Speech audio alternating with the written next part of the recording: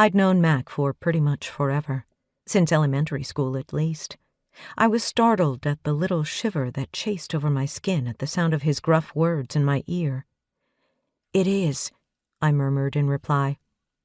"Come on, my stuff is in the back."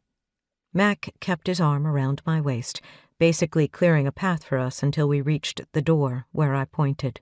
Once we pushed through the door and it swung shut behind us, his arm fell away and I sagged against the wall.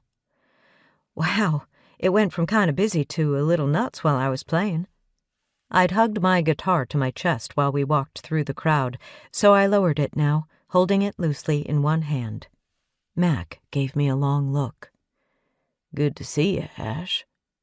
One side of his mouth kicked up into a familiar grin, and my belly did another flip.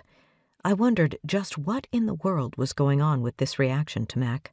I'd never responded to him like this. "You too. I'd say let's grab a drink here, but it's pretty crowded." "I drove past a diner down the road. Grab your stuff and let's go get coffee or food or whatever," Mac commented. "Sounds good. I'm actually starving," I replied as I pushed off the wall. "Follow me."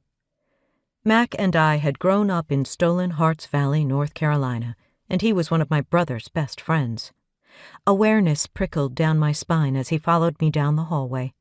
I chose to ignore it, convinced my body's weird reaction to him was probably just because I was so startled to see him.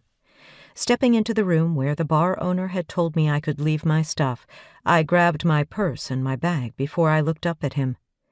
"Jesus, I forgot how tall you were." Mac arched a brow. "I've been this tall since my senior year in high school. Speaking of forgetting, I forgot how good you were." "At what?"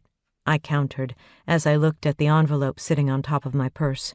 I ripped it open to see the check for tonight, a whopping $150, and the cash for my tips. "Singing and playing," Mac replied.